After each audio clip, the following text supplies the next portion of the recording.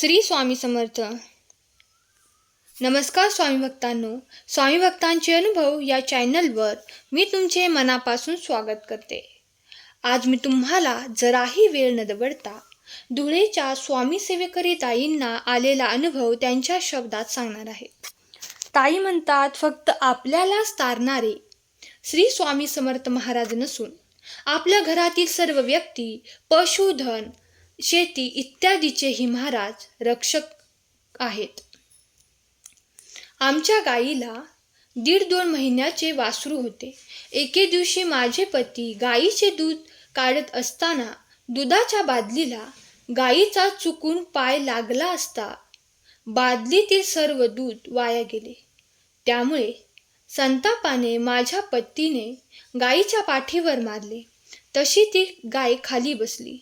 संध्याकाळपासून दुसऱ्या दिवशीच्या सकाळपर्यंत ती तशीच बसून होती. म्हणून सकाळी डॉक्टरांना बोलावले. डॉक्टरांनी इंजेक्शन व सलाईन दिल्यात. तर सतत 4-5 दिवस डॉक्टर येत होते व उपचार करत होते, पण काही केल्या गाय जागची हलेना. तिच्या कमरेपासूनचा भाग दुखावला गेला होता. विशेष म्हणजे ती जेथे बसली होती तो रहदारीचा रस्ता होता. त्यामुळे येणाऱ्या जाणाऱ्यांनाही एक प्रकारे त्रासच होत होता.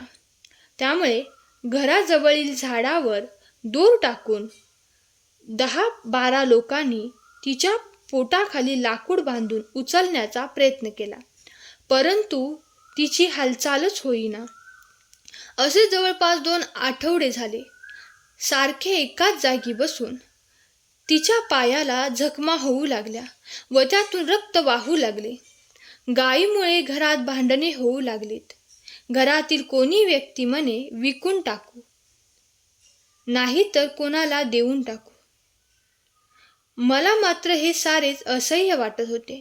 एक दिवस देव्हाऱ्यातील स्वामींपुढे रडू लागले. स्वामी, गाय ही दत्त महाराजांची पाठीराखी आहे, तेव्हा तुम्हीच काय तो उपाय सुचवा. ताई म्हणतात, तेवढ्यात नित्यसेवेचे पुस्तक सहज चालता चालता वल्गा सूक्त दिसले. त्याचे सर्व नियम वाचून मी कोणालाही न विचारता घरातील हळद घेऊन ताम्हणाच्या ताटात हळद खिरीसारखी घट्ट करून त्या हळदीने गाईच्या अंगावर 3 दिवस हाताचे ठसे उमटविले. दुसऱ्याच दिवशी गाय 2-3 फूट पुढे सरकली होती आणि तिसऱ्या दिवशी चक्क गाईच्या गोठ्यापर्यंत सरकत आली होती. ती तिथपर्यंत कशी आली हे स्वामींनाच ठाऊक.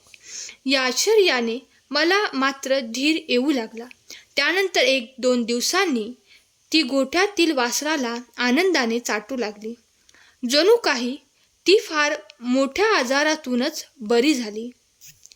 ही सर्व किमया होऊनही आमच्या घरातील कटकट मात्र संपत नव्हती. मी घरातील व्यक्तींना समजावले की स्वामी महाराजांच्या कृपेने आपली गाय गोठ्यापर्यंत आली, तेव्हा अजून 2-3 दिवस मला महाराजांची सेवा करू द्या, आपल्याला नक्कीच यश मिळेल. त्या दिवशी मी वल्गा सुक्ताची सेवा करीत असताना 10वा ठसा गाईच्या पाठीवर उमटविणार तेवढ्यातच गाय उठून उभी राहिली. मला अतिशय आनंद झाला. मी धावतच घरात गेले आणि सर्वांना ही आनंदाची गोष्ट सांगितली. घरातील कोणालाच यावर विश्वास बसेना. असे होणे शक्यच नाही. डॉक्टरांचे सर्व उपाय थकले आहेत असे म्हणत होते. मला तर साक्षात परब्रह्म श्री स्वामी समर्थ महाराजांचीच लीला वाटली. मी आनंदाने गाईच्या पाठीला मिठी मारली व आनंदाश्रू गळू लागले. शेवटचा 11वा ठसा मी गाईच्या कपाळावर मारला व ही सेवा स्वामींचरणी अर्पण केली. आता आमची गाय सुखरूप असून पूर्ववत निरोगी आहे. असा होता आजचा माझा अनुभव. श्री स्वामी समर्थ.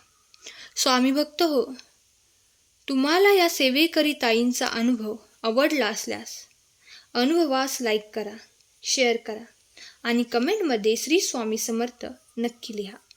धन्यवाद.